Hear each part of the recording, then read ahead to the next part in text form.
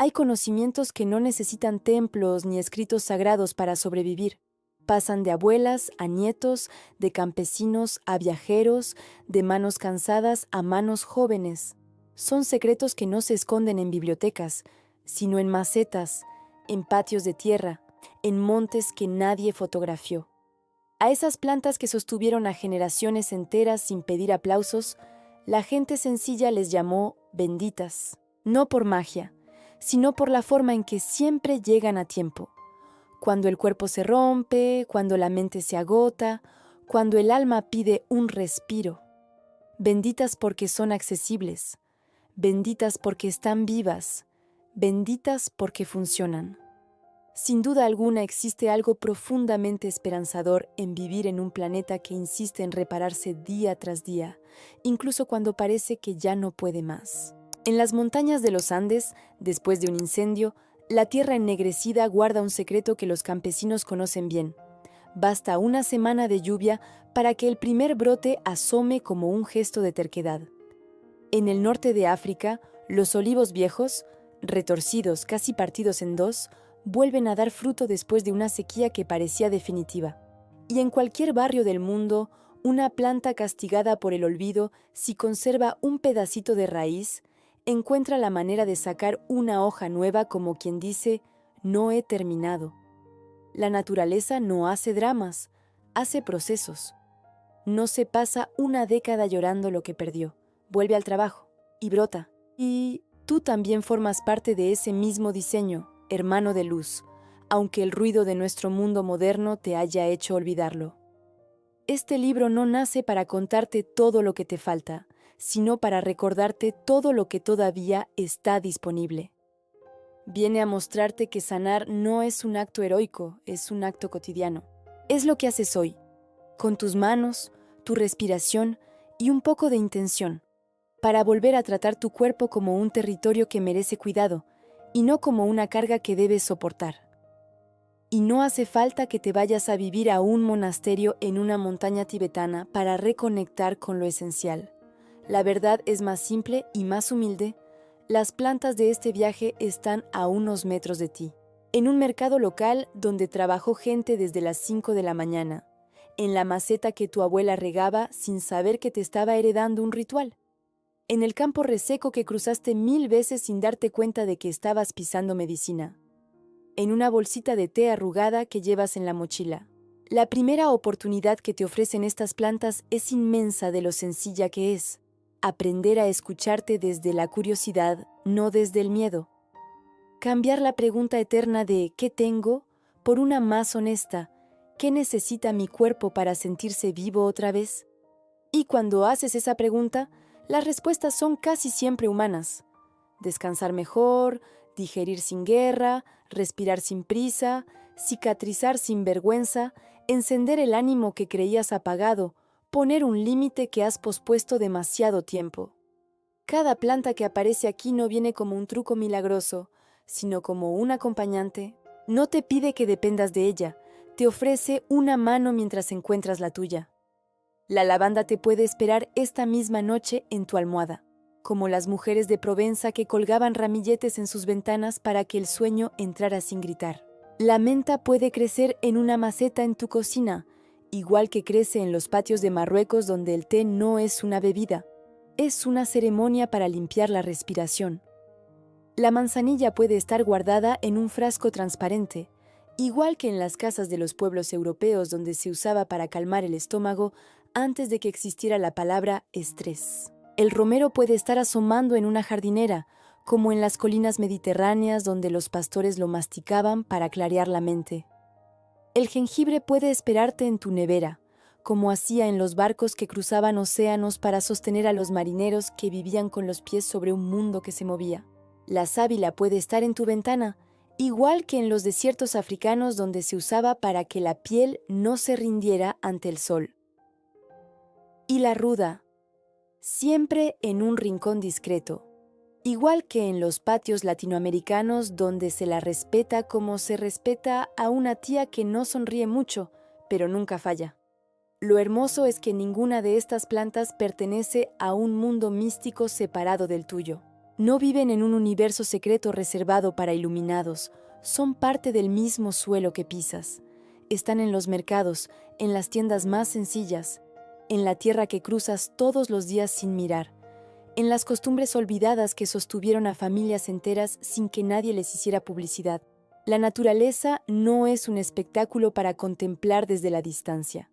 Es el escenario donde se formó tu cuerpo, y cuando un ser humano se acerca a una planta, no está entrando en misticismo barato, está regresando al origen, a la parte de sí mismo que recuerda cómo era vivir sin tanta prisa, sin tanta explicación, con un poco más de instinto y un poco menos de ruido. Aquí empieza ese regreso hermano de luz, y puede que, sin darte cuenta, estés más preparado de lo que crees. Comenzamos. Capítulo 1. El arte de bajar el ruido interno. Hay un detalle precioso en la naturaleza que casi nadie menciona. Nunca hizo nada para caerle bien al ser humano. No pidió aplausos, no intentó agradar, no abrió cuentas en redes sociales para demostrar lo útil que era. Simplemente siguió ahí, trabajando en silencio, reparando el mundo mientras nosotros estábamos ocupados reparando excusas. Y aún así, cada vez que alguien se quiebra un poco, un susto, un duelo, un cansancio que ya no se esconde, termina volviendo a ella como quien vuelve a una casa que no sabía que echaba de menos. A veces ese regreso es torpe, una caminata sin destino que empieza con «necesito aire». A veces es una rama que hueles sin pensarlo, un aroma que te golpea la memoria como si te despertara una parte antigua que no habla, pero entiende. A veces es una hoja que se deshace entre los dedos y te recuerda algo que nadie te explicó, pero tu cuerpo siempre supo. Aquí no controlas nada, y menos mal. Y naciste en un planeta vivo, pero te enseñaron a vivir como si todo fuera un decorado. El cielo quedó reducido a fondo para selfies. El árbol a sombra en verano. El río a una postal que se comparte. La tierra a algo que pisas sin pensar que es la misma que te sostiene. Lo olvidaste sin mala intención, simplemente porque creciste entre pantallas. Pero incluso así, todo en ti viene de allí.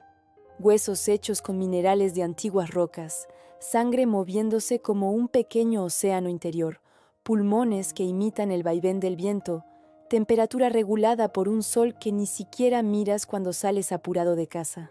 Y de pronto, un día cualquiera, descubres el síntoma universal del ser humano moderno. Haces todo bien, cumples, llegas a casa, ordenas un poco, cenas algo decente y cuando por fin te metes en la cama. Tu cuerpo quiere dormir, pero tu cabeza decide que es un buen momento para repasar tu vida, tus errores, tus pendientes y los diálogos que jamás ocurrieron. El cuarto está en silencio, pero dentro de ti hay una feria abierta hasta tarde. No buscas problemas, solo quieres descansar. Pero aparece ese murmullo interno que nadie te enseñó a manejar. No es un drama, es algo más discreto, una mente que se olvidó de cómo bajar la guardia. Aquí es donde la primera planta de este viaje se acerca, no como moda de revista ni como truco milagroso, sino como una aliada antigua que ha acompañado a pueblos enteros mucho antes de que existiera el insomnio como palabra. La lavanda, antes de ser una bolsita en una almohada o unas gotas en un frasco elegante, fue una mata resistente que aprendió a vivir con poco. En el campo se distingue de lejos, ese violeta que rompe la monotonía de los verdes y anuncia calma desde la distancia. El tallo es firme, las flores se agrupan en espigas que parecen dedos apuntando hacia el cielo, y el aroma es esa mezcla inconfundible entre limpieza, campo abierto y una sensación de hogar que no se explica con conceptos. Crece donde la vida se ha hecho fuerte, tierras secas, laderas con viento, climas donde el sol no perdona. No pide halagos ni atención extrema. Con luz y espacio, prospera. Esa manera de existir ya revela carácter, firme, discreta, resistente, cero drama. La lavanda no viene a ofrecerte escape, viene a ofrecerte ritmo. Su historia acompaña a la humanidad desde hace miles de años. En los baños romanos la usaban para perfumar el agua con la que la gente se limpiaba al final del día. No existían notificaciones ni diagnósticos modernos, pero ya intuían que el cuerpo necesita separar el desgaste del descanso. El vapor subía cargado del aroma y el sistema nervioso entendía el mensaje sin traducción. Aquí la lucha termina. Aquí comienza la tregua. Siglos después, en monasterios medievales, monjes que vivían entre trabajo físico y oración la sembraban alrededor de sus celdas, no por superstición, sino porque habían observado lo básico. Donde había lavanda, la mente se reordenaba. Y más tarde, en casas humildes de Europa, América y el Mediterráneo, siguió apareciendo siempre en los mismos rincones. Camas, cunas, armarios, cuartos donde alguien necesitaba dormir sin sobresaltos o simplemente respirar sin que la cabeza inventara incendios. Si observas bien, la lavanda no está asociada a la euforia. Nadie la usa para volverse frenético. Es una planta que se acerca a los lugares donde conviene bajar el volumen. El cuarto del enfermo, la cuna del bebé, recién llegado, la bañera, de quien regresa de una jornada que exigió más de lo que tenía la almohada, de quien lleva semanas durmiendo a medias. Su lenguaje es honesto: orden, calma, transición. En el cuerpo, la lavanda conversa con el sistema nervioso desde un lugar que ninguna pastilla puede imitar. No necesitas memorizar nombres anatómicos. Basta con imaginar una consola llena de perillas que regulan lo que sientes. Algunas están demasiado altas: alerta constante, preocupación automática, tensión muscular, respiración corta, esa vigilancia silenciosa que agota. Otras están tan bajas que casi no participan: descanso profundo, digestión tranquila, reparación nocturna. El aroma de la lavanda viaja directo hacia esa consola interna y le recuerda a tu cuerpo algo sencillo: no es obligatorio funcionar como si hubiera un incendio permanente. No borra tus pensamientos ni te desconecta de tu vida. No te transforma en alguien distinto. Solamente le recuerda a tu sistema nervioso que la defensa total las 24 horas no es sostenible. Por eso, cuando su olor está presente, muchas personas respiran hondo sin pensarlo, aflojan los hombros o dejan de apretar la mandíbula sin darse cuenta. Esa es su verdadera magia. Cambia el clima interno. Una de las cosas más hermosas de la lavanda es que crea refugio. Antes de que exista sueño, descanso o paz, existe esto: un clima, un aire que no te ataca, un espacio donde tu cuerpo entiende que puede bajar las armas. Ahora, vayamos a lo concreto. Si tienes acceso a flores secas de lavanda de buena calidad, puedes preparar una infusión sencilla. No necesitas convertirse en experto. Una cucharadita pequeña de flores por taza es suficiente. Agua caliente, sin dejar que hierva durante minutos eternos. Reposo de unos instantes, colar y beber sin prisa. No hace falta azúcar. De hecho, si puedes tomarla sola o con un toque de miel, mucho mejor. Este gesto tan simple, repetido noche tras noche, enseña al cuerpo una nueva asociación: taza humeante, aroma, calma, cierre del día. Otra forma práctica es el uso en almohadas. Un pequeño saquito de tela con flores secas o unas gotas de aceite esencial de buena procedencia en la funda, no directamente sobre la piel, para evitar irritaciones. Cada vez que acerques la cara para dormir, el olor actuará como una señal repetida. No esperes fuegos artificiales la primera noche. Piensa más bien en un entrenamiento suave, como cuando enseñas a alguien a confiar de nuevo. Repites, y un día el cuerpo responde sin que tengas que insistir. También puedes usarla en la piel mezclando unas gotas de aceite esencial en un aceite base neutro como almendra o jojoba y masajear suavemente nuca, hombros, sienes o pies antes de acostarte o después de un día que te haya dejado agotado de dentro hacia afuera. El contacto, el movimiento y el aroma se combinan y el cuerpo entiende el mensaje: aquí no vengo a exigirme, vengo a cuidarme. Esa es una de las grandes oportunidades que ofrece esta planta: convertir el final del día en un acto consciente de amor propio en lugar de un desplome automático. Más allá del descanso, la lavanda tiene otra virtud que ha sobrevivido a siglos de uso silencioso: su relación con la piel. La piel es la frontera entre tu mundo interno y el mundo externo, la que recibe las prisas, el sol, los roces, los malos días y las decisiones que tomas sin pensarlo demasiado. La lavanda, con su carácter discreto pero firme, se acerca a esa frontera como una aliada que entiende del dolor sin hacer escándalo. En regiones del Mediterráneo se ha usado para calmar irritaciones ligeras, pequeñas quemaduras y picaduras que solo necesitan un respiro. No es milagrosa, es honesta. Actúa como una vecina de barrio que llega a una pelea y dice: ya, bájenle un poco, no desde la autoridad, sino desde la experiencia. No te vamos a recitar estudios. Hermano de luz, tú no necesitas una enciclopedia. Te vamos a invitar a mirar. Una gota bien diluida, una zona pequeña, unos minutos de atención. El cuerpo habla rápido cuando no lo presionas. Si hay alivio, lo notarás.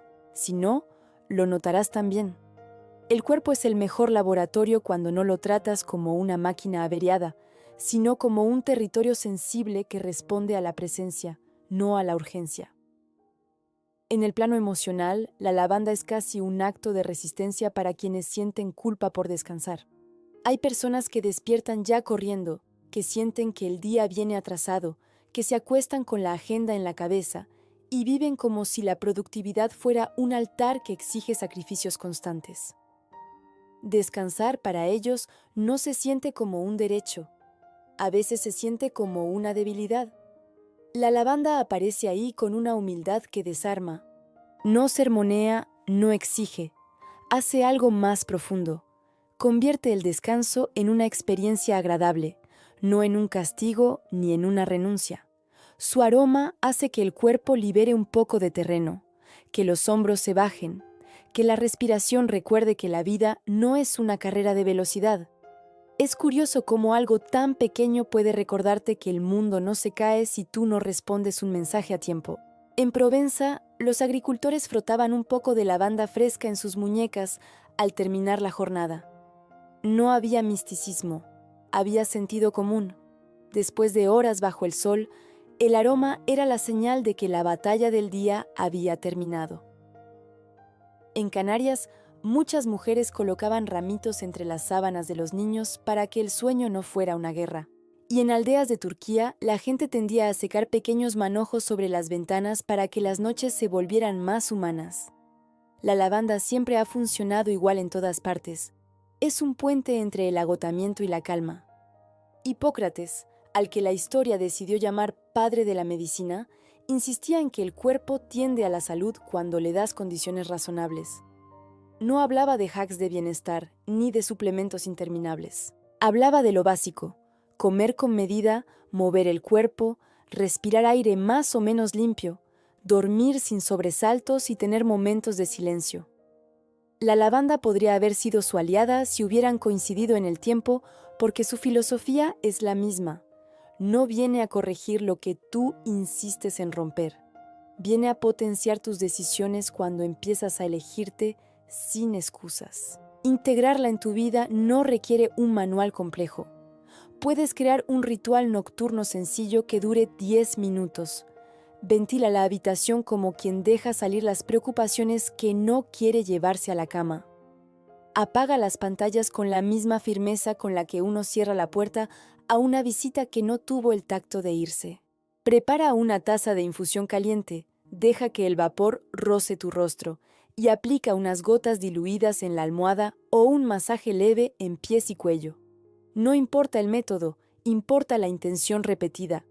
Decirte a ti mismo: este momento es para mí, para mi sistema nervioso, para mi historia. Claro, hay personas con alergias, embarazos o condiciones específicas que necesitan consultar con un profesional antes de usar aceites esenciales o hierbas medicinales. Esa consulta también es parte de la sanación. No te quita autonomía, te la ordena. La responsabilidad no limita tu libertad, la sostiene. Si algo quieres llevarte de este encuentro con la lavanda, es que no estamos intentando convencerte de que una flor va a arreglar tu vida. Estamos mostrándote que puedes construir pequeñas islas de calma en medio del ruido, que hay aromas, texturas y temperaturas que le recuerdan a tu biología que no todo es lucha, que el descanso no entra a la fuerza, entra por invitación, y que a veces esa invitación empieza con un frasco, un olor suave y un suspiro que sale antes de que puedas controlarlo. La lavanda no es un final, es una apertura, es una llave. Te muestra que la tregua no se espera, se crea. Y ahora que ya conoces el arte de bajar el ruido interno, viene algo distinto, algo que respira otro aire, porque si esta flor fue capaz de calmar la noche, imagina lo que puede hacer la planta que viene ahora, esa que despeja la mente como quien abre una ventana y deja entrar la mañana. Despertar ya es un lujo hermano de luz, pero comprenderte es simplemente un acto de valentía. Y el próximo capítulo no trae una planta cualquiera, trae la que habla con tu centro, con lo que cargas, con lo que callas. Allí empieza otro tipo de honestidad. Capítulo 2. El despertar que empieza en la boca. Las mañanas a veces mienten. Te incorporas, pones los pies en el suelo frío, ves tu reflejo empañado en el espejo, y aunque el reloj dice que dormiste, sientes que una parte de ti sigue acostada, mirando la vida desde lejos. Caminas, respondes, cumples, haces lo que hace cualquiera que intenta comportarse como adulto, pero por dentro vas envuelto en una neblina que no se despeja ni con el primer café, ni con el tercero. Ese momento en el que el café deja de ser un milagro y se convierte en un acto automático es más revelador de lo que queremos admitir. No es cansancio, es saturación. Y la saturación no te roba energía, te roba claridad. Conozco bien ese estado. Lo he visto en amigos, en familia, en desconocidos que se sientan frente a mí con los ojos abiertos y la vida en pausa. Es esa forma extraña de estar despierto por fuera y apagado por dentro. Y justo en ese rincón del día, donde la productividad se disfraza de lucidez y la ansiedad se disfraza de despertar, aparece una planta que parece escrita para las mañanas humanas: la menta. Antes de ser chicle, pasta de dientes, refresco o truco para el mal aliento, la menta fue una criatura viva, sencilla y directa, con más carácter del que aparenta. Sus hojas verdes, dentadas, frescas, guardan un pequeño secreto dentro, un aire frío que despierta hasta al más distraído. Si las frotas entre los dedos, el olor sale de inmediato, como si la planta estuviera diciendo: «Déjame ayudarte, estás a medio cargar». Tiene una honestidad que un ser humano tardaría años en aprender. No se disimula, no se esconde, no pide permiso. Es una presencia que dice: «Estoy aquí», y lo dice bien. La menta es hija del agua. Crece cerca de riachuelos, de sombras frescas, en suelos húmedos que otras plantas evitarían. Tiene esa manera descarada de extenderse que solo tienen los seres vivos con buena autoestima. Saca hijitos, ocupa terreno, se cuela entre piedras y vuelve a aparecer donde jurabas que no había nada. Nadie la domestica del todo. Le das espacio y ella decide qué hacer con él. Si la observas, entiendes que su carácter ya contiene su enseñanza principal. La claridad no depende de fuerza bruta, depende de movimiento. Su historia viene de lejos. En la Grecia antigua, antes de que inventaran las tragedias que estudiamos hoy, trituraban hojas de menta en aceite para despejar la cabeza después de banquetes pesados. Los árabes, maestros del té y de la hospitalidad, la convirtieron en protagonista de cada reunión. Una taza de té de menta era una invitación a estar, no a correr. En Marruecos, si un anfitrión te sirve té con menta, no te está ofreciendo una bebida. Te está diciendo: «Descansa en mi casa, respira conmigo, conversemos con la mente despierta pero sin prisa». En Egipto se vendía seca en mercados abarrotados para refrescar el ánimo de quienes caminaban horas bajo el sol. Y en América Latina siempre creció al lado de las casas humildes, como si supiera que la gente que madruga y trabaja necesita un despertar distinto al que ofrece el café. En el cuerpo, la menta tiene un doble lenguaje. Por dentro despierta, por fuera relaja. Sus aceites naturales actúan sobre el sistema digestivo como un pequeño ventilador que hace circular lo que estaba estancado. Muchas veces cuando dices estoy irritable, lo que realmente estás es inflamado. Un intestino cargado habla en mal humor. Una infusión de menta después de comer es una señal que le haces al cuerpo. Sé que te pedí más de lo que podía, déjame ayudarte a procesarlo. Y en la cabeza ocurre algo fascinante. El aroma intenso activa regiones relacionadas con la atención, el enfoque, la sensación de estar presente. No es un golpe violento de energía como un café tomado en modo supervivencia. Es un abrir ventana. Ese momento en que respiras profundo y sientes que el aire entra con propósito. 2 respiraciones con menta y el mundo no cambia. Pero tú, sí. La menta tiene esa capacidad rara de recordarte que la mayoría de las veces no necesitas velocidad. Necesitas volver al cuerpo. En muchas culturas la menta no solo era remedio, era compañía. Recuerdo una tarde con un pescador en la costa de Túnez. Me dijo mientras preparaba té en una tetera abollada. La menta no despierta, hermano, avisa. Le pregunté qué significaba eso y sonrió. Avisa cuando estás ausente, cuando la cabeza se fue lejos, cuando estás viviendo en piloto automático. Nunca lo olvidé. Ese hombre no había estudiado neurología, pero entendía la conciencia mejor que muchos expertos. Su uso práctico es tan sencillo que da risa que lo hayamos olvidado. Una cucharadita de hojas secas o un puñado de hojas frescas ligeramente machacadas en agua caliente. No hace falta hervir hasta convertir el agua en castigo. Dejas reposar, cuelas, bebes. Si quieres suavizarla, unas gotas de limón o un poco de manzanilla. Y mientras lo tomas, respiras. Lo importante no es la receta, sino el gesto. Me estoy despertando, pero sin violencia. Además de su efecto digestivo y mental, la menta tiene un vínculo hermoso con la respiración. Inhalar su aroma abre la sensación de flujo en las vías respiratorias. En temporadas de congestión ligera, un cuenco de agua caliente con hojas frescas, una toalla sobre la cabeza y 2 o 3 minutos de vapor pueden hacer lo que no logran ni 20 quejas seguidas. No cura infecciones graves, pero acompaña al cuerpo en su esfuerzo y eso a veces es mejor que cualquier intervención agresiva. En la piel, su frescor es un bálsamo. Mezclada correctamente con un aceite portador, ayuda en dolores de cabeza leves, tensiones en cuello, contracturas nacidas de discusiones que deberías haber terminado hace meses. ¿No es magia? Es química sensible unida a un cuerpo agradecido. Emocionalmente, la menta es ideal para la pesadez mental que no llega a ser tristeza profunda, pero tampoco es simple cansancio. Es ese estado en el que tu vida se vuelve más larga de lo que realmente es. La menta no viene a darte euforia, viene a devolverte presencia. Es para esos días en los que has pasado horas mirando algo sin verlo, haciendo cosas sin sentirlas. Un vaso de agua con hojas de menta, un paseo breve, 3 respiraciones profundas, y la tarde cambia de tono. Hay una paradoja curiosa que me gusta recordar.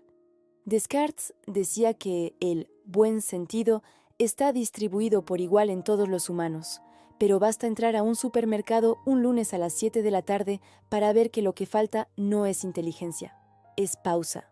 Y justamente ahí la menta brilla. Nadie sospecha cuando te levantas a preparar una infusión. Pero tú sabes que ese gesto es tu forma de frenar un tren antes de que descarrile.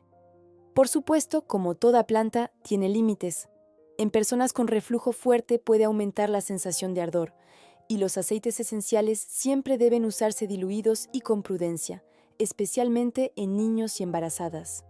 No estamos buscando héroes, estamos buscando humanos responsables. Lo importante es cómo eliges integrarla. Puedes asociarla a momentos concretos, después de comer, antes de una tarea que exige claridad, al llegar a casa para limpiar el ánimo. No como obligación, sino como invitación. La menta no te pide disciplina, te ofrece compañía. Si la lavanda te enseñó a bajar el ruido interno, la menta te enseña a encender la luz. No la luz que aturde, sino la que revela. esa claridad suave que te recuerda que a veces no estás perdido, solo estás empañado. Cuando pienses en menta, imagínala en su origen, creciendo junto al agua, extendiéndose sin pedir permiso, ofreciendo su frescura a cualquiera que se acerque. Ella sabe lo que tú estás recordando ahora. Dentro de ti hay muchísimo más despertar del que crees. Solo necesitabas una excusa para empezar a notarlo. Y ahora que el cuerpo empieza a despertarse, viene la planta que habla con algo todavía más íntimo, el estómago.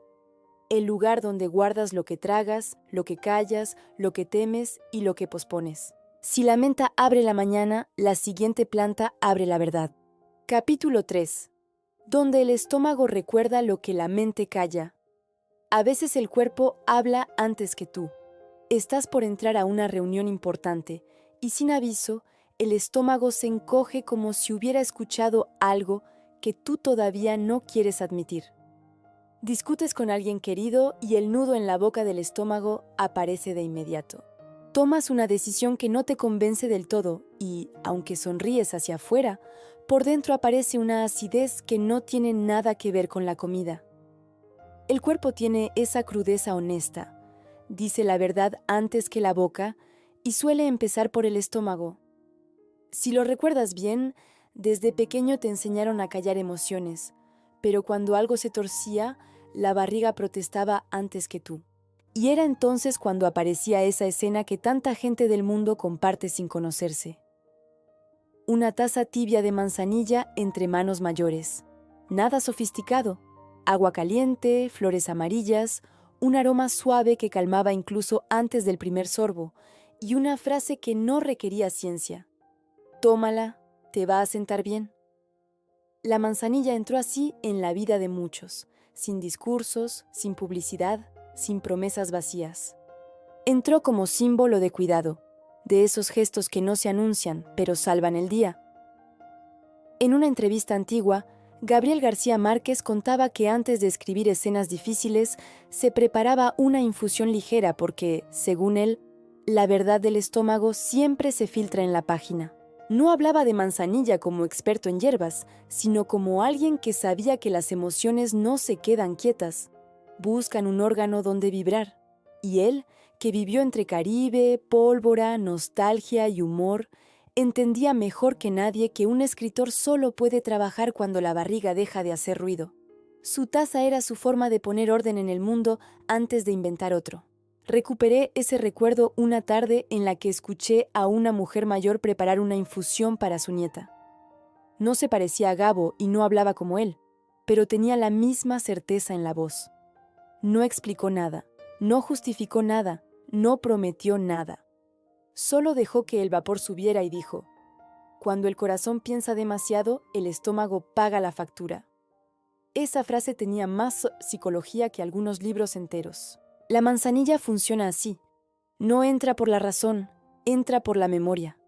Es una planta que parece diseñada para recordarte que no estás hecho de acero, que hay cosas que necesitas digerir emocionalmente antes de poder digerirlas físicamente, que el cuerpo y la biografía no están separados, que la barriga también escucha, también se asusta, también agradece. La planta, vista de cerca, es humilde y hermosa al mismo tiempo. Tallos finos, hojas muy divididas, casi plumosas, y flores que parecen pequeñas margaritas con centro amarillo intenso y pétalos blancos. Crece en campos, en bordes de caminos, en huertos, como si le gustara estar cerca de donde la gente vive y trabaja. No es una flor distante de montaña inaccesible, es de barrio, de pueblo, de patio. Se inclina con el viento, aguanta pisadas, vuelve a levantarse. Tiene esta mezcla de fragilidad aparente y resistencia real que tanto se parece a la gente que carga con todo y aún así sigue. Su nombre científico, matricaria, viene de matrix, matriz, útero. Desde antiguo se la relacionó con el mundo femenino, con dolores menstruales, cólicos de bebés, recuperación después del parto. Pero sería un error pensar que solo pertenece a ese territorio. La manzanilla entiende algo más amplio, el vínculo entre emociones y órganos, entre sustos y tripas, entre preocupaciones y digestión. No distingue géneros cuando se trata de calmar un estómago que se ha convertido en casa de tus nervios.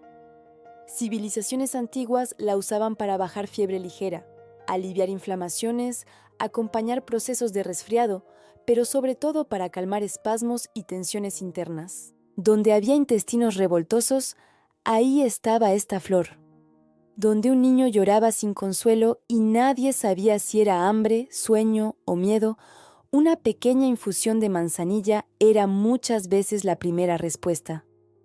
Antes de que existieran palabras como psicosomático, ya se intuía que la panza reaccionaba a lo que la vida traía. En el cuerpo, la manzanilla se mueve como una mano tibia. Sus componentes ayudan a relajar la musculatura lisa del sistema digestivo, disminuyen los espasmos, facilitan la expulsión de gases, suavizan la irritación de las mucosas. No es un anestésico que apaga todo, es más bien un aliado que le baja el tono a la crisis. Donde había un puño cerrado, poco a poco aparece algo más parecido a una apertura. El dolor no siempre desaparece por completo, pero deja de mandar. Eso ya es mucho, pero sería injusto reducirla a planta para el estómago. Al mismo tiempo que actúa sobre la digestión, tiene un efecto suave sobre el sistema nervioso. No es un sedante pesado, es una invitación al descanso. Una taza de manzanilla por la noche, cuando el día ya va bajando, le recuerda al cuerpo que puede cambiar de marcha.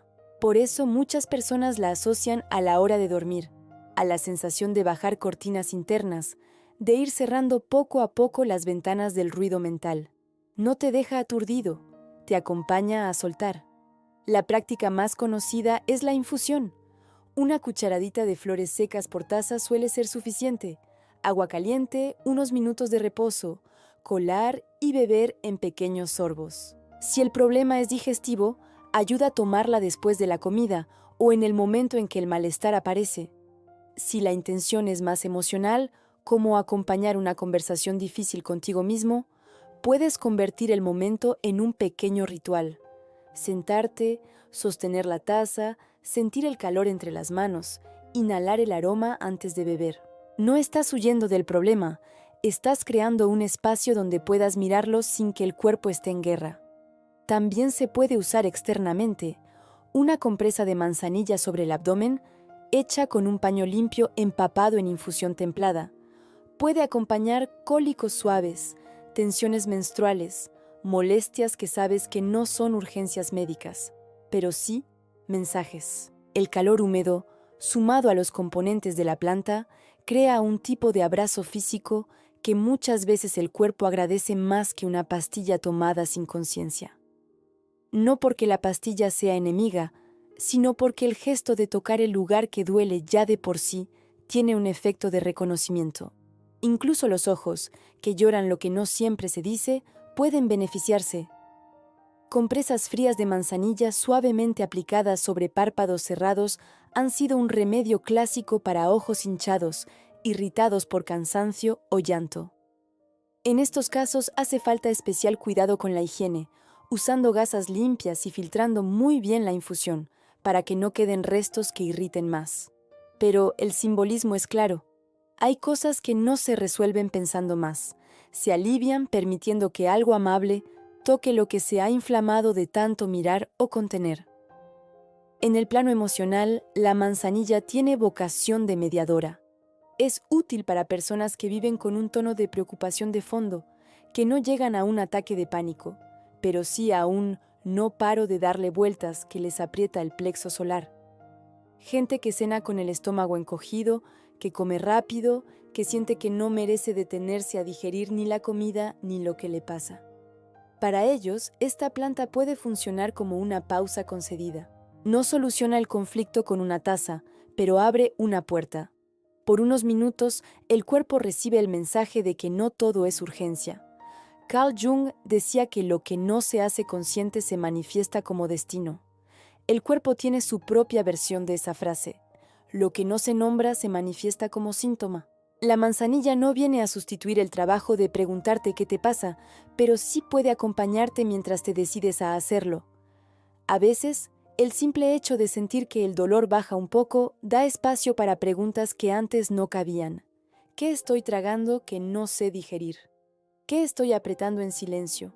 ¿Qué parte de mí se siente incapaz de aflojar? No hay que olvidar que, como toda planta, tiene sus precauciones. Algunas personas alérgicas a la familia de las compuestas, como la ambrosía o ciertas margaritas, pueden reaccionar mal a la manzanilla. Si sospechas que puede ser sensible, empieza con cantidades pequeñas, observa y ante cualquier reacción extraña, detén su uso. Embarazadas o personas con enfermedades graves deberían consultar siempre con un profesional antes de usarla de forma intensiva. Respetar una planta es también aceptar que no es para todo el mundo ni para todas las circunstancias. Más allá de las advertencias, lo central es cómo integrarla de forma coherente en tu vida. Puedes imaginar 3 momentos clave. El primero, después de una comida que sabes que ha sido pesada, no solo por lo que comiste, sino por lo que se habló en la mesa. En lugar de levantarte directo al siguiente pendiente, regálate unos minutos con tu infusión, escuchando qué dice el cuerpo cuando por fin tiene espacio. El segundo, en noches en las que el estómago está inquieto y la mente llena de pensamientos sueltos. La manzanilla puede ser esa mano que te ayuda a bajar de intensidad sin anularte. El tercero, en esos días en los que sientes que estás tragando demasiado en el trabajo, en la familia, en la vida. No arregla el entorno, pero te recuerda que hay algo que sí puedes cuidar, la manera en que atraviesas lo que te toca vivir. Si decides cultivar manzanilla, la relación se vuelve todavía más íntima.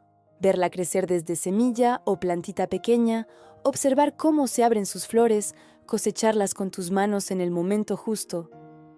Todo eso crea un vínculo que va más allá de la función. De pronto, la flor de tu infusión no es un ingrediente anónimo, es algo que has acompañado desde que era brote. Y cuando una planta que has cuidado te ayuda a calmar un dolor, hay una sensación silenciosa de cooperación que ninguna teoría puede reemplazar.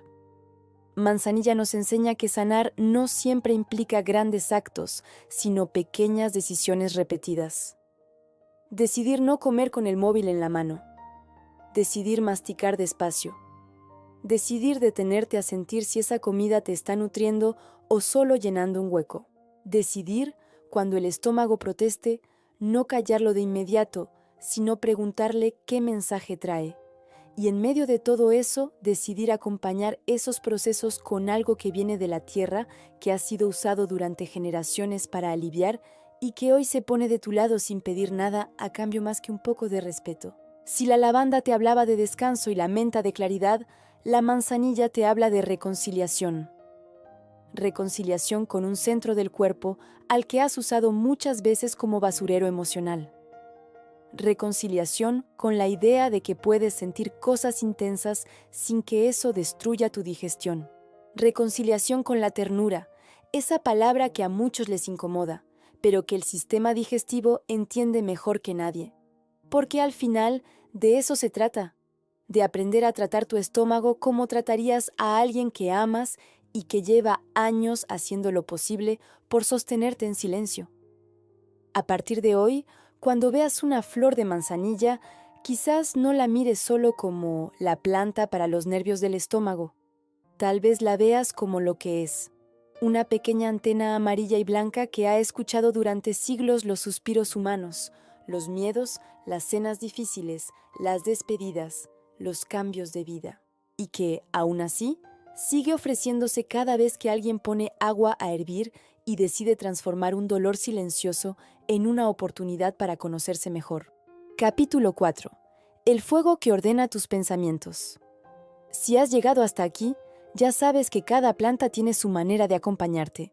La lavanda te ayudó a bajar revoluciones, la menta te dio un tipo de claridad que no lastima, y la manzanilla te recordó que el estómago guarda más historias de las que contamos. Pero hay un momento del camino en el que ya no alcanza con calmar o aclarar.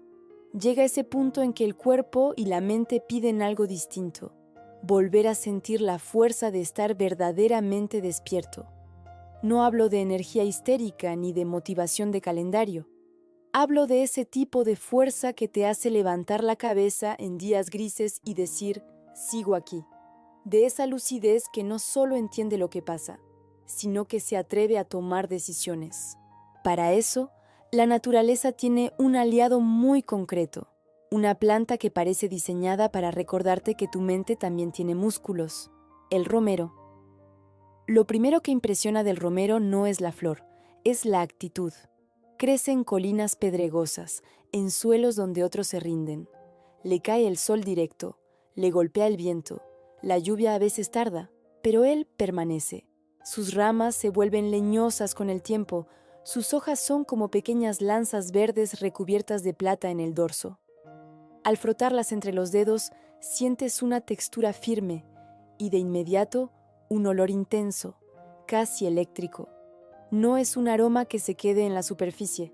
Sube por la nariz, despierta algo en la frente y sigue su camino hacia adentro, como una línea de luz. Ese olor es un cóctel complejo. Cineol, alcanfor, borneol, nombres que quizá no recuerdes, pero que tu cuerpo reconoce sin necesidad de estudiarlos. En la práctica significa esto. El romero mejora la circulación, especialmente hacia la cabeza, estimula suavemente el sistema nervioso, ayuda a mantener la atención y favorece la memoria. No es casual que, desde hace siglos, se lo relacione con el acto de recordar. Shakespeare lo puso en boca de Ofelia con una frase sencilla. Aquí hay romero, es para el recuerdo. No hacía falta explicar nada más. Una vez, en una casa de campo, me tocó verlo en acción de una manera que ningún libro podría haber descrito mejor. Había un hombre mayor, de esos que se sientan en una silla de madera a mirar el horizonte como si estuvieran leyendo algo escrito en el aire. La memoria se le había ido llenando de huecos. A veces no recordaba en qué día estaba, a veces se quedaba en blanco a mitad de una historia. Su nieta, obstinada y luminosa, decidió que todos los días, a media mañana, le prepararía una infusión de romero y se sentaría a escuchar lo que él quisiera contar. El primer día apenas habló. El segundo recordó el nombre de un perro de infancia. El tercero, una anécdota de trabajo. No hubo milagros cinematográficos, no se revirtió una enfermedad. Lo que sí ocurrió fue otra cosa. Durante esos ratos, sus ojos se encendían un poco más. Él lo explicaba a su manera. Con ese té se me acomoda la cabeza. Ella sonreía, porque sabía que no era solo el té. Era el ritual, el olor, la presencia, la sangre moviéndose, el romero haciendo su parte silenciosa y la vida haciendo el resto. En tu cuerpo, el romero puede ser esto, un organizador. Cuando la circulación va lenta, los pensamientos se confunden y la mente se siente como una habitación sin aire. Esta planta abre ventanas. No para bombardearte de estímulos, sino para que lo que ya está dentro pueda moverse. Una infusión de romero por la mañana en lugar del tercer café es un experimento interesante. Pones una cucharadita pequeña de hojas secas o un trozo de rama fresca en agua caliente. Dejas reposar unos minutos, cuelas y bebes. El sabor es fuerte, resinoso, con un punto amargo que despierta hasta a las excusas. No es una bebida complaciente, es honesta. Mientras la tomas, observa qué pasa. Puede que sientas un ligero calor subir por el pecho, una especie de claridad más sólida, menos nerviosa que la del café. No se trata de elegir uno y desterrar al otro para siempre. Se trata de conocer cómo te sienta cada cosa. Si trabajas con la mente, y hoy prácticamente todos lo hacemos, aunque nadie lo llame así, entender la diferencia entre estar acelerado y estar lúcido puede salvarte años de desgaste. El romero también tiene un papel hermoso en el cuidado del cuerpo que sostiene esa mente. Sus preparaciones externas se han usado tradicionalmente para aliviar dolores musculares leves, contracturas, cansancio en piernas, sensación de frío en manos y pies. Un aceite macerado de romero, hecho dejando ramas en un aceite base durante semanas, puede convertirse en un aliado para masajes en cuello, espalda, articulaciones. Al frotarlo en la piel, no solo estás poniendo algo que calienta y activa la circulación. Estás diciendo con las manos, esta parte de mí que duele, la veo. La ciencia aporta sus explicaciones, pero el gesto aporta algo que la ciencia también reconoce: contacto, presencia, regulación del sistema nervioso. Hay otra zona donde el romero encuentra su lugar: el cuero cabelludo.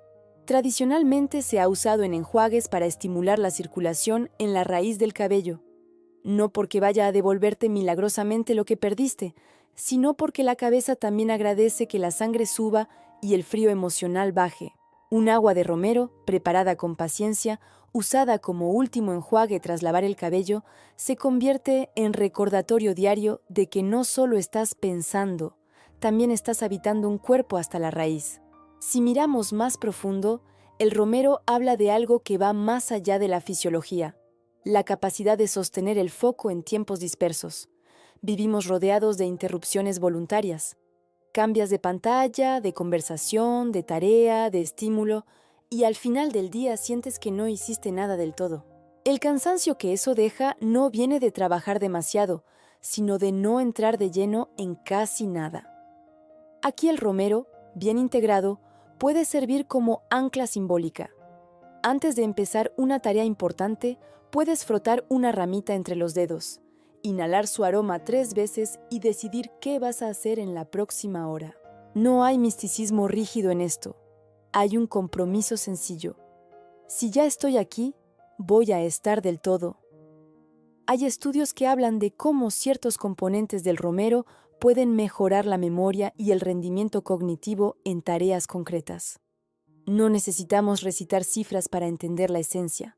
Esta planta se lleva bien con el pensamiento, no con el pensamiento obsesivo que da vueltas en círculo, sino con ese pensar claro, orientado, que te permite resolver en vez de solo preocuparte.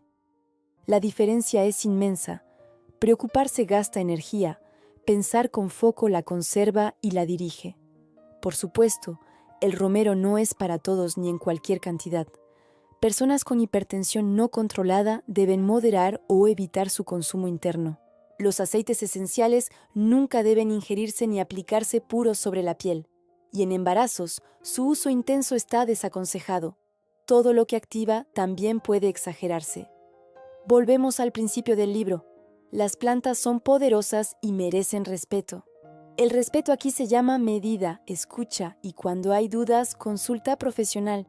Más allá de las precauciones, lo más valioso es la conversación que el romero abre contigo. Te hace esta pregunta silenciosa: ¿dónde estás apagando tu propio fuego por miedo, por costumbre o por cansancio? Hay decisiones que no tomas porque no es el momento, proyectos que postergas, conversaciones que retrasas, cambios que sabes que necesitas, pero que vas aparcando. La mente, sin darse cuenta, aprende a funcionar a media luz para no ver con claridad lo que duele afrontar, y vivir así desgasta más que cualquier esfuerzo. El romero, en este contexto, no viene a gritarte «sé valiente», viene a devolverte la sensación de estar más presente en tu propia cabeza y en tu propio cuerpo para que puedas hacerte cargo. Una persona con la mente nublada no puede decidir bien. Una persona con la sangre fría de desánimo tampoco. Esta planta sube un grado, despierta un poco, ordena y luego te deja a ti el trabajo fino: elegir. Imagina una escena sencilla. Estás frente a una hoja en blanco, un proyecto, una conversación que debes tener. Llevas días posponiéndolo. El romero está en una maceta cerca de la ventana o en un frasco en la cocina. Te levantas, cortas un pequeño trozo, lo hueles, pones agua a calentar, preparas una taza. Ese gesto te saca del limbo de «luego lo hago» y te coloca en el «lo voy a hacer ahora con mi cuerpo entero aquí». Bebe despacio.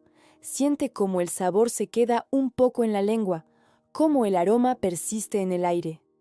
No esperes que la planta decida por ti. Agradece que te traiga de vuelta al punto en el que sí puedes decidir. Si el viaje de este libro fuera un mapa del cuerpo, la lavanda habría descansado en tus nervios. La menta habría acariciado tus pulmones y tu digestión ligera, la manzanilla, se habría sentado en tu estómago a escuchar tus silencios.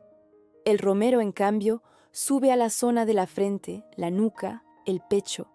Es la estación donde la naturaleza te mira a los ojos y te pregunta: Ahora que estás un poco más tranquilo, un poco más despejado, ¿qué vida quieres sostener con esta claridad? No todas las plantas vendrán a recordarte lo mismo. Algunas te dirán, túmbate. El romero te dirá, levántate, no para correr sin sentido, sino para caminar con intención. Cuando empieces a trabajar con él, hazlo con esta idea en mente. No buscas energía para hacer más de lo mismo, buscas energía para hacer mejor lo que sí importa. Esa es la diferencia entre una estimulación que agota y una activación que construye. Tal vez, con el tiempo, notes que hay mañanas en las que ya no necesitas tanto ruido externo para arrancar. Que tu cuerpo responde mejor a tu propia disciplina amable. Que tu mente aguanta más rato con una sola cosa sin sufrir. Que la memoria de lo esencial se fortalece. Recuerdas promesas que te hiciste a ti mismo, proyectos que estaban en pausa, formas de vivir que intuías posibles. El romero no escribe tu historia, pero coloca una luz clara encima de la página para que no sigas escribiendo a oscuras. Cuando lo veas en una colina, en un jardín o en una maceta discreta, recuerda esto. Estás frente a una planta que lleva siglos cuidando la frontera entre la niebla y la lucidez, y que, por alguna razón, ha coincidido contigo en este planeta en el mismo tiempo. Aprovechar ese encuentro también forma parte de la oportunidad de estar vivo aquí. Cada rama, cada infusión, cada olor es una manera delicada en la que la tierra te dice: tu mente es un milagro demasiado valioso como para vivirla a medias. Si quieres, yo te ayudo a encenderla un poco más. Capítulo 5. El fuego que recuerda de qué estás hecho. En algunos pueblos de montaña, el día empieza con un gesto sencillo. Alguien enciende el fuego, corta una raíz nudosa de color amarillento, la golpea suave contra la mesa, la rebana en láminas finas y las deja caer en una olla de agua que comienza a susurrar antes de hervir. No hay discursos de motivación, no hay frases en la pared que digan «tú puedes». Hay frío, cansancio acumulado y una raíz que desde hace siglos la gente usa para que el cuerpo recuerde que por dentro tiene brasas propias. Esa raíz es el jengibre. Si nunca lo has mirado con calma, parece poco prometedor. No tiene la elegancia de una flor ni el misterio de una planta exótica. Es más bien un trozo de tierra solidificada, lleno de nudos, cicatrices y bifurcaciones. Sin embargo, en cuanto lo cortas, se delata. El interior es de un amarillo pálido, vivo, con fibras que parecen pequeños caminos por donde circula algo invisible. Lo acercas a la nariz y el olor despierta zonas que creías apagadas. Es picante, cítrico, cálido, como si te invitara a moverte incluso antes de probarlo. En Asia lo entendieron hace miles de años. En textos antiguos de la India, la medicina ayurvédica lo llamaba la raíz universal, una especie de amigo fiel para todo lo que tuviera que ver con digestión, frío interno, apatía, falta de fuego vital. En China, los médicos tradicionales decían que el jengibre calienta el centro, y el centro no era solo el estómago, era el lugar simbólico donde se juntan la voluntad, la energía y la capacidad de actuar. En muchos hogares, todavía hoy, cuando alguien dice «me he enfriado por dentro», no se refiere al clima, se refiere a ese estado en el que la vida se ha vuelto tibia por exceso de resignación. Piensa en los viajes por mar. Durante siglos, los marineros de distintas culturas llevaban jengibre seco en los barcos. Servía para dos cosas muy concretas: calmar las náuseas y recordar al cuerpo qué era estar firme en medio del balanceo. No podían detener las olas, pero podían darle al organismo algo que le ayudara a adaptarse al movimiento. Eso ya dice mucho del carácter de esta raíz. No cambia la realidad, cambia la manera en que el cuerpo la atraviesa. En tu vida no llevas un barco, pero conoces bien el mareo de los cambios. Noticias que no esperabas, decisiones que te mueven el suelo, etapas nuevas que llegan sin manual de instrucciones. Hay un tipo de vértigo que no tiene que ver con alturas, tiene que ver con la sensación de no saber dónde apoyarte. El cuerpo lo traduce en náusea, en opresión en el pecho, en esa mezcla de frío y calor que no se explica solo con termómetros. El jengibre, usado con respeto, Es un compañero interesante en esos tránsitos. En el plano físico, su primera conversación es con la digestión. Ayuda a que el estómago se vacíe con más fluidez, disminuye la sensación de pesadez, acompaña al cuerpo cuando hay gases retenidos o digestiones lentas. No es casual que en tantos países se use después de comidas abundantes, ya sea en infusión, confitado o integrado en la comida. Donde hay alimentos que cuestan, el jengibre propone movimiento. No para que comas sin conciencia, sino para que el organismo tenga una mano extra cuando te pasas de la raya. También tiene fama merecida en las náuseas matutinas del embarazo o en las que acompañan algunos tratamientos médicos. No es una solución mágica ni funciona igual en todos, pero en muchos casos alivia lo suficiente como para que el día se vuelva llevadero. Pequeños trozos de jengibre fresco chupados poco a poco, infusiones suaves, galletas sencillas que lo contienen. Son formas discretas de decirle al cuerpo, te estoy escuchando cuando todo se mueve demasiado. El calor que trae no es solo digestivo, es un calor que se siente en la sangre.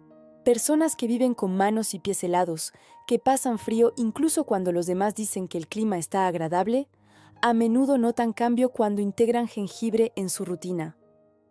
No hablo de excesos, hablo de un té por la mañana, de un toque en sopas, de una infusión al volver a casa empapado de lluvia externa o interna. Hay algo en esa raíz que le recuerda al cuerpo que el fuego no viene solo de fuera. En términos muy simples, podríamos decir que el jengibre ayuda a que tus líquidos internos no se estanquen. Energéticamente, eso se traduce en otra cosa. Hay menos lugar para la pereza pesada, la que no viene de falta de sueño, sino de falta de ganas. No esperes levantarte de un sofá existencial solo porque tomaste una taza de algo picante. Pero sí puedes notar que los días en los que te das ese pequeño gesto de calor interno, eres más capaz de hacer lo que dices que quieres hacer. Hay un recuerdo que vuelve cuando se habla de jengibre. En una comunidad indígena de América del Sur, la partera del lugar explicaba que, después del parto, siempre preparaba una bebida caliente con jengibre y otras hierbas para las mujeres. Ella decía que no era solo por el cuerpo. Cuando una mujer da a luz, se le abre todo. También el ánimo. El jengibre ayuda a cerrar por dentro sin apagar la fuerza que ha quedado suelta. Contaba. Más allá del lenguaje, había una intuición clara. Después de experiencias fuertes, el cuerpo necesita calor organizado, no un frío que paralice ni un fuego caótico que desborde. Traigamos eso a tu vida cotidiana. Cada vez que atraviesas algo intenso, sea una mudanza, un duelo, un cambio de trabajo, una ruptura, una decisión muy grande, hay una parte de ti que queda abierta. No siempre lo notas con lágrimas, a veces lo notas como un cansancio que no entiende de horarios. El jengibre puede ser una forma de decirle a tu organismo, sé que estás haciendo un esfuerzo enorme, aquí tienes un apoyo. Una sopa caliente con jengibre en una noche así vale más que muchos consejos. En la práctica, ¿cómo lo usas? Un trozo del tamaño de una falange, pelado con cuchillo o cuchara, cortado en láminas o rallado en agua caliente. Si quieres algo más amable, le añades un poco de limón y una pizca de miel. No necesitas que pique hasta las lágrimas. Lo importante es que sientas un calor que nace en la boca, baja por la garganta y se instala en el pecho y el vientre. Esa sensación de me estoy encendiendo por dentro, pero de una manera que me sienta bien. En la cocina puedes integrarlo en guisos, salteados, cremas de verduras, zumos. Cada cultura encontró su forma. En Japón lo ponen a menudo junto al pescado, para ayudar a digerirlo mejor y para limpiar el paladar. En Jamaica hay bebidas intensas de jengibre que despiertan a cualquiera. En muchos países africanos se mezcla con otras especias para convertir una simple olla de agua en algo que nutre de verdad. No hace falta copiarlo todo. Basta con encontrar una manera que dialogue con tu vida. Emocionalmente, el jengibre se parece a esa persona que no te deja caer en la autocompasión demasiado tiempo. No te minimiza el dolor, pero tampoco te permite instalarte en la queja eterna. Su energía dice algo así como, sí, te pasó esto, sí, duele, sí, estás cansado y aún así hay vida dentro de ti, ¿qué vas a hacer con ella? Es una raíz frontal, directa, que no se lleva bien con el autoengaño. Por eso conviene usarla también con honestidad, no para cubrir un agotamiento profundo que necesita descanso, sino para acompañar procesos en los que tu fuerza está disponible, pero dormida. Como siempre, hay matices importantes. Personas con úlceras activas, gastritis fuerte o ciertos problemas de coagulación deben tener mucho cuidado con el jengibre o evitarlo, y siempre consultar con un profesional antes de convertirlo en parte fija de su día. En embarazos, mejor usarlo de forma moderada y guiada. El hecho de que algo sea natural no significa que sea inocuo para todo el mundo. La naturaleza no necesita que la idealicemos, necesita que la respetemos. Más allá de las precauciones, el mensaje central que trae esta raíz es sencillo. Moverse es parte de sanar. Mover la sangre, los pensamientos, las decisiones. Moverte tú, con tu cuerpo real, aunque sea 10 pasos fuera de la silla. El jengibre puede participar en ese movimiento como un pequeño empujón interno. Toma otro sentido si lo asocias a acciones concretas. Por ejemplo, cuando te sientas aplastado por la inercia, en lugar de quedarte revisando la misma red social una y otra vez. Levántate, pon agua a calentar, prepara tu infusión de jengibre y mientras se hace, decide una cosa que vas a hacer en los próximos minutos. No planear toda tu vida, una cosa. Lavar esos platos, escribir ese correo, salir a caminar una vuelta a la manzana.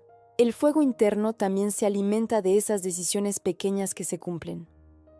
Si miras el camino que llevamos en este libro, tiene sentido que el jengibre aparezca aquí.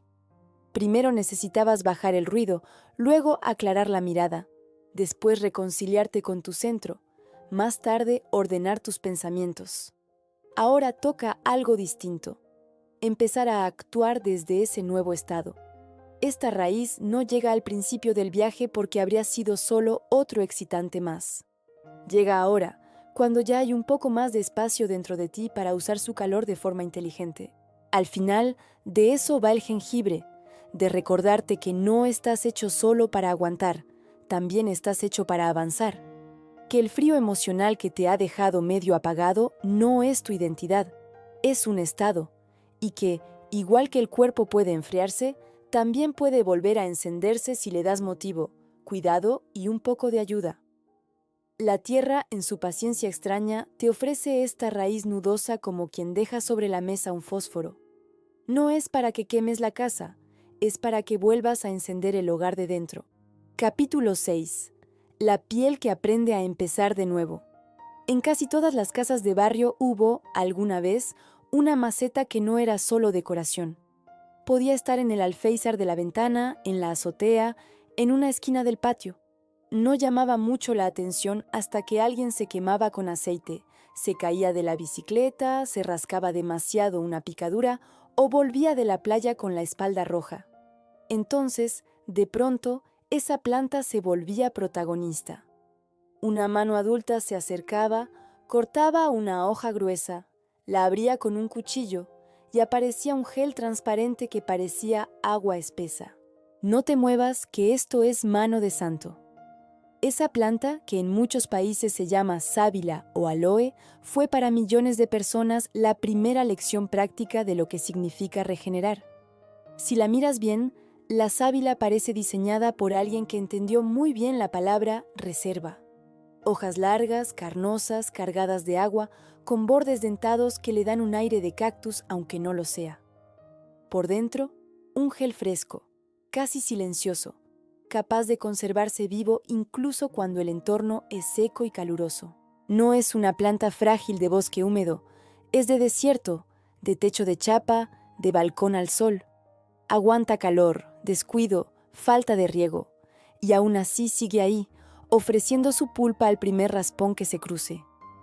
En el antiguo Egipto la llamaban planta de la inmortalidad y la colocaban en los ajuares funerarios. No porque creyeran que devolviera la vida, sino porque simbolizaba la capacidad de mantenerse íntegro en condiciones extremas. Los comerciantes árabes la llevaban en los viajes largos por el desierto, no para rezarle, sino para usarla en la piel castigada por el viento y el sol. En América, muchos pueblos originarios la adoptaron rápido en cuanto la planta cruzó el océano. Quemaduras, irritaciones, heridas leves, todo parecía encontrar alivio bajo ese gel transparente que se secaba formando una película suave. Tal vez también tú tienes un recuerdo con la sábila. Una tarde de playa en la que nadie pensó en reaplicar protector y el sol dejó su firma en tu espalda. La noche llegó y con ella el ardor, el insomnio y esa sensación de haber sido descuidado por todos, incluso por ti.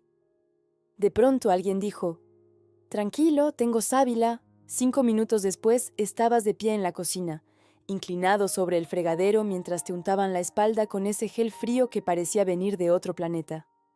La piel se quejaba menos, no se arregló todo en un segundo, pero ese primer gesto fue un pequeño pacto. No puedo deshacer lo que hice, pero puedo ayudarte a sanar mejor. Eso es lo que la sábila hace una y otra vez.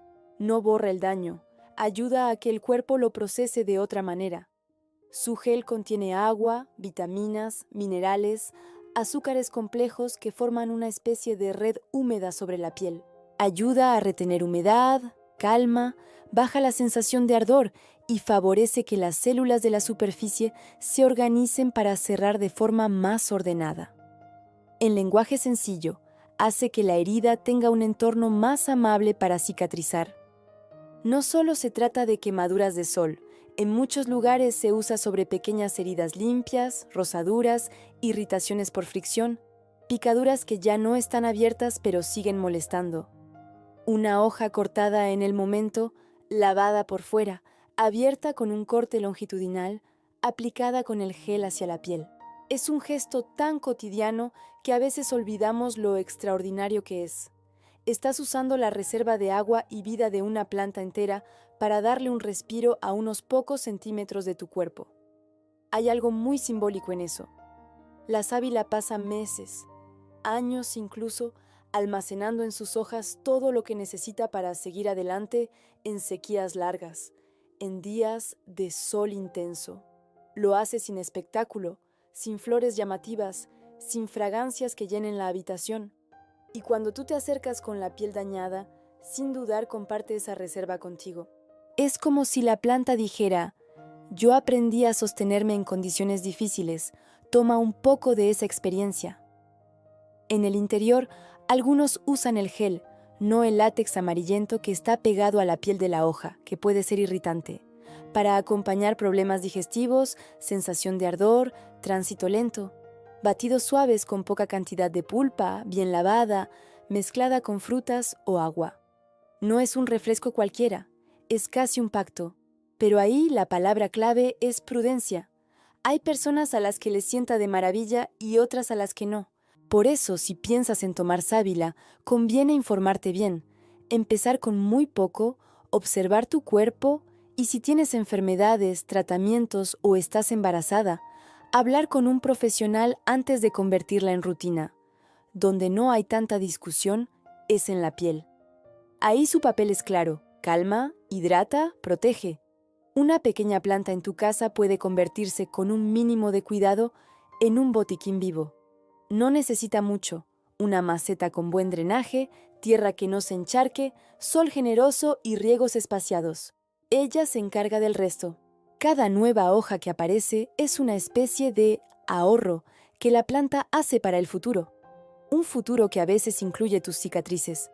Si miramos un poco más profundo, la sábila habla de un tipo de sanación que no siempre entendemos bien, la que no se ve de inmediato.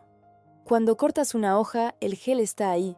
Lo aplicas y sientes el frescor, sí, pero el cierre real tarda días. Durante ese tiempo, la piel se reorganiza en silencio. Desde fuera parece que no pasa nada, pero por dentro hay una coreografía exacta. Células que se multiplican, que viajan, que ocupan huecos, que generan nuevas capas. El aloe no cierra por ti. Le da al cuerpo mejores condiciones para hacer lo que sabe hacer desde siempre: repararse. Emocionalmente, eso tiene su espejo. Hay heridas que te haces con otros y contigo mismo que no se arreglan con una conversación, ni con un libro, ni con una decisión radical. Necesitan gel, tiempo y condiciones.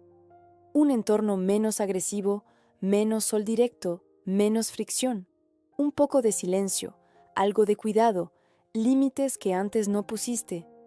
En ese paisaje, la sábila puede funcionar como recordatorio práctico. Cada vez que te apliques su gel sobre la piel, puedes preguntar en voz baja qué parte de tu vida también está necesitando una capa de cuidado extra para regenerar. Una vez, una mujer mayor contaba que en su pueblo del Caribe usaban la sábila no solo para quemaduras, sino como parte de los rituales de empezar de nuevo. Si alguien había vivido algo muy duro, una separación, una pérdida, una enfermedad larga, se hacía meses después un baño sencillo en casa.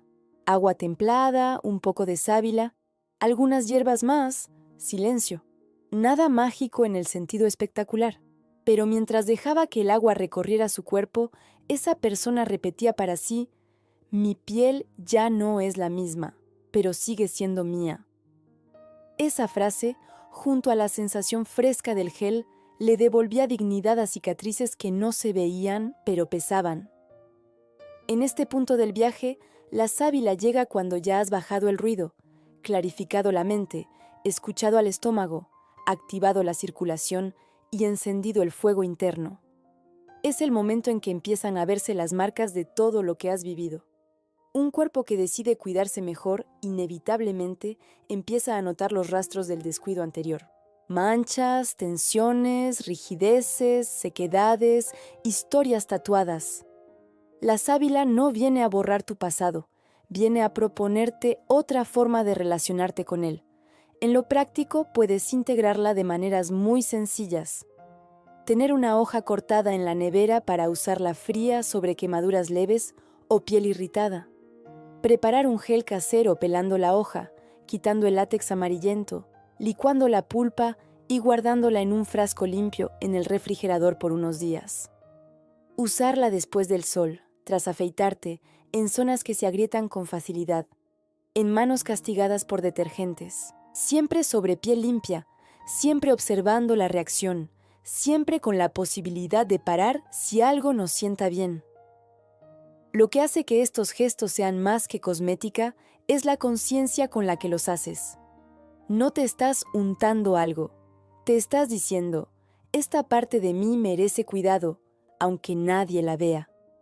Esa frase, dirigida a la piel, acaba llegando a lugares más hondos, porque hay partes de tu historia que también has dejado al sol demasiado tiempo sin protección. Recuerdos que queman, culpas que arden, vergüenzas que se sienten como una capa de piel demasiado fina. La sábila no entra en esa zona con discursos, entra con sensación, frescor donde había fuego, humedad donde había sequedad, suavidad donde había tirantez. Es un lenguaje que el cuerpo entiende mejor que muchos conceptos. Y cuando el cuerpo empieza a sentir diferente, la mente tiene más margen para pensar distinto. Como en todos los capítulos, vale la pena poner los pies en la tierra. No todo lo arregla un gel. Hay heridas que necesitan puntos, antibióticos, cirugías, terapias, cambios de vida. Ignorarlos sería irresponsable. Pero es igual de cierto que, en muchos casos, una sábila en la ventana cambia pequeñas cosas de tu día a día, cómo tratas tus manos, cómo respondes a una quemadura, cómo acompañas una cicatriz. Y esas pequeñas cosas suman carácter. Si miras hacia atrás, verás que cada planta de este libro ha tocado un territorio distinto. El sueño, la claridad, el centro emocional, la mente despierta, el fuego vital, la piel que se rehace. Ninguna pretende ser la solución total. Todas juntas dibujan otra idea de salud, no la de estar perfecto, sino la de estar en relación viva con tu cuerpo y con este planeta que te presta todo eso que usas. La sábila, en ese dibujo, es la encargada de recordar algo que solemos olvidar cuando nos sentimos rotos. El cuerpo sabe empezar de nuevo muchas más veces de las que tú crees. No siempre como te gustaría, no siempre sin marcas, pero sabe. Si decides tenerla cerca, Acuérdate de esto cada vez que cortes una hoja. Estás usando la reserva de una planta que aprendió a sobrevivir al calor y a la falta de agua. Mientras el gel toca tu piel, puedes permitirte pensar que tú también, de alguna manera, estás aprendiendo a hacer lo mismo con tu propia historia. Capítulo 7. La planta que te enseña a decir hasta aquí. En muchos barrios de América Latina hay un detalle que se repite sin que nadie lo anuncie en las noticias. Una maceta pequeña junto a la puerta, con una planta que no parece amable. Hojas verdes, irregulares, olor fuerte, casi agresivo. A veces cuelga un ramito seco sobre el marco. A veces está escondida en un rincón del patio, mezclada con otras hierbas. No se usa para adornar platos ni para perfumar la casa. Se usa para algo más íntimo y más antiguo. Recordar que no todo puede entrar en tu vida. Esa planta es la ruda. ¿Quién sabe cuántas abuelas, curanderas, mujeres anónimas de pueblo han repetido la misma escena? Llega alguien diciendo, me siento pesado, todo me sale torcido, últimamente llevo una racha rara. Nadie habla de energía en términos modernos, pero todos entienden de qué va el asunto. Entonces aparece la ruda, un ramito en agua, unas hojas en la mano, un baño preparado en silencio. No es espectáculo, es oficio. La ruda entra en escena cuando la sensación no es solo de cansancio, sino de invasión. Si la miras de cerca, entenderás por qué nunca fue la favorita de los niños. No es suave ni delicada. Sus hojas parecen pequeñas manos abiertas, recortadas, con un tono verde tirando a azulado. El olor no se puede confundir con ningún otro. Fuerte, casi amargo, de esos que despiertan arrugas en la nariz si no estás acostumbrado. No busca caer bien. Y ahí empieza su lección. No todo lo que te hace bien viene envuelto en simpatía. En la antigüedad, la ruda ya era famosa por sus dos caras. Los romanos la usaban como planta protectora y decían que ayudaba a mantener la mente clara frente a venenos y malas influencias. En monasterios medievales se plantaba cerca de las entradas, mezclada con otras hierbas como si fuera un guardia silencioso. En muchos países mediterráneos todavía se cree que tener una ruda en casa ayuda a limpiar el ambiente cuando hay demasiadas peleas, envidias o tristezas acumuladas. Más allá de creencias, hay un patrón que se repite: la ruda aparece donde hay que marcar una frontera. En América, al mezclarse las tradiciones indígenas con las traídas de Europa y África, la ruda encontró su lugar en baños de descarga, limpias, ritos sencillos de patio y cocina. Una mujer mayor te dirá con la seguridad de quien ha visto cosas: si la ruda se te seca de repente, es que se llevó algo que no era tuyo. Y tú puedes creerlo o no, pero cuando ves esa maceta que estaba sana volverse amarilla después de una temporada de conflictos, algo en ti entiende que como mínimo la planta ha hecho de espejo de todo lo que estaba pasando en esa casa. En el cuerpo, la ruda se ha usado tradicionalmente en pequeñas cantidades para temas digestivos, calambres, menstruaciones difíciles, pero es una planta delicada, fuerte de verdad, no solo de fama. Tomada en exceso puede ser tóxica y en embarazos está terminantemente desaconsejada. Aquí más que nunca se impone el respeto. No es una hierba para improvisar dosis ni para seguir recetas de internet. Internamente solo debería usarse bajo guía seria. Este libro no viene a empujarte a experimentos peligrosos. Lo que sí podemos hacer es quedarnos con algo que la ruda enseña muy bien desde otro lugar: el arte de poner límites. Porque si piensas en todo el viaje que has hecho hasta aquí, te darás cuenta de que has ido afinando distintas partes de ti. Aprendiste a descansar mejor, a respirar de otra forma, a escuchar tu estómago, a ordenar tus pensamientos, a encender tu fuego interno, a cuidar tu piel y tus cicatrices. Pero hay una pieza que, si falta, arruina cualquier proceso de sanación: la capacidad de decir no a tiempo. Sin esa palabra, una vida sana es imposible. La ruda representa justo eso. Es la planta que no está para agradar, está para proteger. No le interesa ser popular, le interesa ser clara. No se deja tocar por cualquiera sin responder con su olor intenso. En muchos pueblos hay una costumbre. Cuando alguien quiere regalarte una ruda para proteger tu casa, la tienes que aceptar de corazón. Si la recibes con recelo, la planta no prospera. Es como si necesitara coherencia. Y lo mismo pasa contigo. Tus límites no crecen si los pones pidiendo disculpas todo el tiempo. Piensa en tu día a día. ¿Cuántas veces dices sí queriendo decir no? ¿Cuántas conversaciones aceptas por miedo a decepcionar? ¿Cuántos trabajos extra cargas porque no quieres parecer flojo? ¿Cuántas reuniones soportas donde tu cuerpo se siente claramente mal, pero tu boca calla? A la larga, eso se traduce en agotamiento, resentimiento, síntomas raros. El cuerpo, que no entiende de diplomacia social, entiende de exceso. Y cuando hay exceso de cosas que no quieres, empieza a apagarse o a gritar. La ruda entra en esta historia como un símbolo y como una práctica. Como símbolo, te recuerda que no estás obligado a ser campo abierto para todo el mundo. No eres la plaza de un pueblo, eres un territorio con puertas. Y ninguna puerta está de más si te ayuda a cuidar lo que eres. Como práctica, te ofrece gestos concretos para acompañar esos cambios internos. Un ejemplo sencillo: preparar un baño con unas pocas ramas de ruda y otras hierbas suaves, manzanilla, lavanda, romero, en agua caliente, lo dejas reposar, lo cuelas y lo usas al final de la ducha, dejándolo caer desde los hombros hacia abajo. No necesitas creer en nada específico para que tenga sentido. Es un acto material que acompaña una decisión interna. Mientras el agua cae, puedes decir en voz baja: dejo ir lo que ya no quiero cargar. No estás borrando a nadie del mapa, estás retirando cargas que nunca fueron tuyas.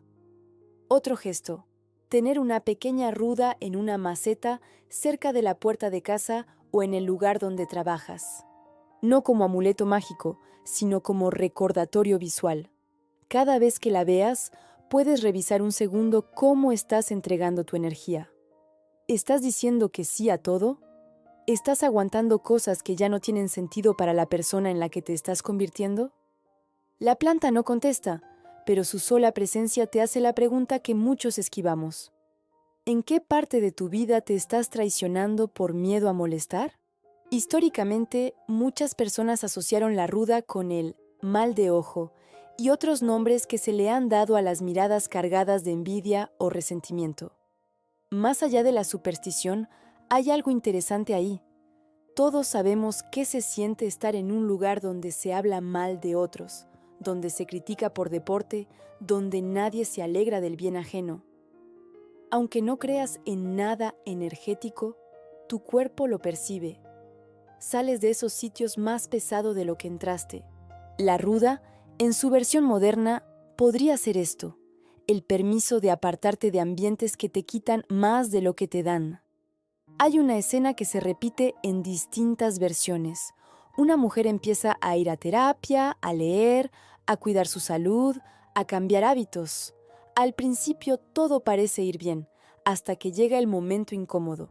Se da cuenta de que algunas relaciones que lleva años sosteniendo se apoyan justo en que ella no tiene límites. Cuando comienza a decir no puedo, no quiero, hasta aquí, se arma el revuelo. La acusan de egoísta, de haber cambiado. Ella duda, piensa en echarse atrás, y entonces, una tarde, riega la ruda de su ventana y se ríe sola. «Por lo menos tú entiendes lo que estoy haciendo», le dice.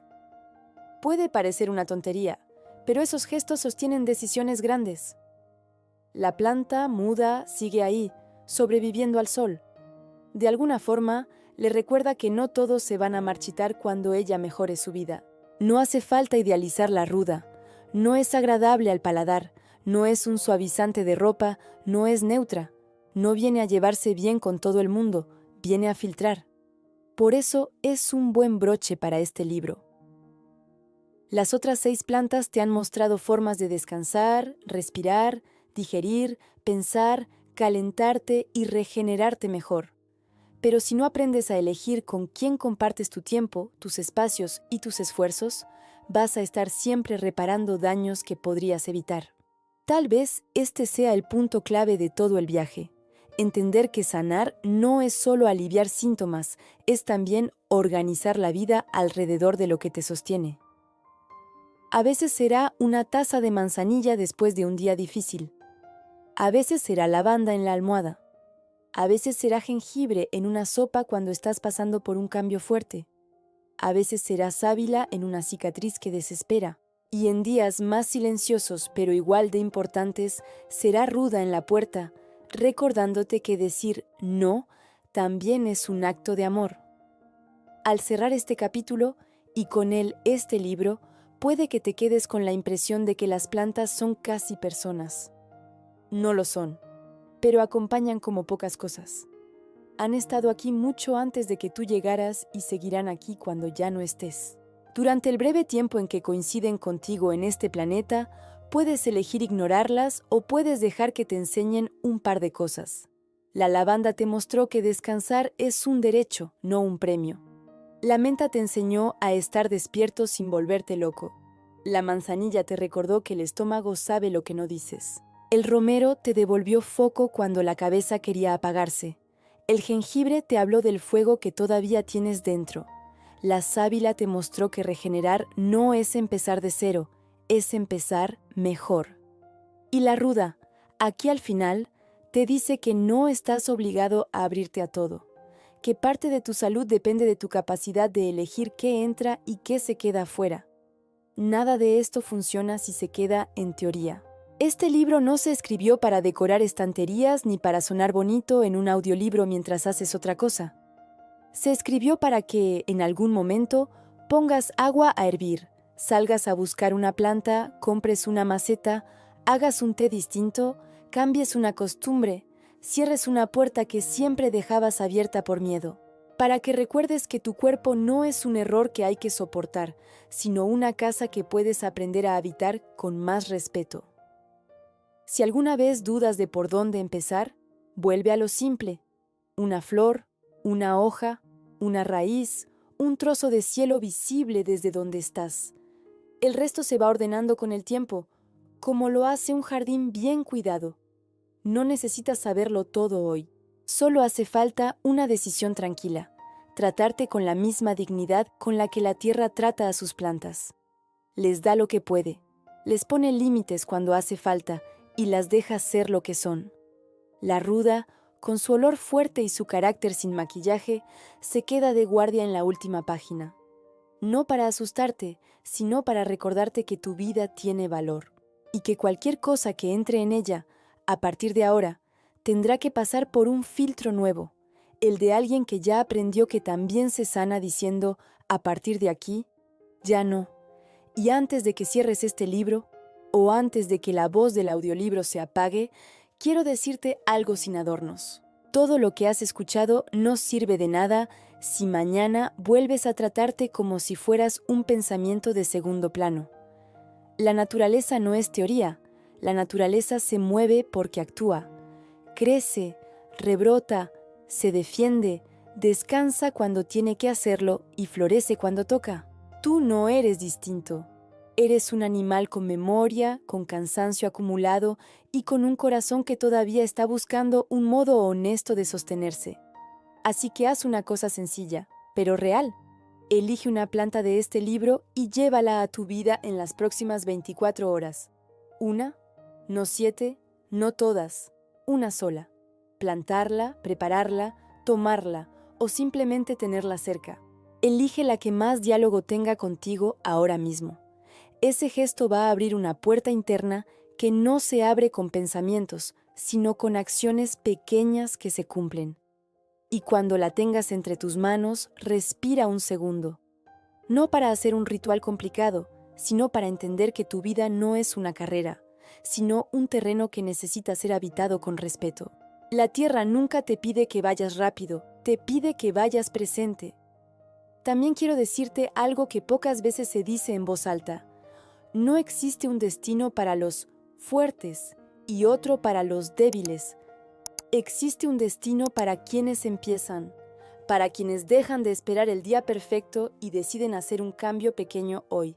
Los árboles más grandes del planeta no empezaron como gigantes. empezaron como una semilla temblorosa metida en la tierra oscura.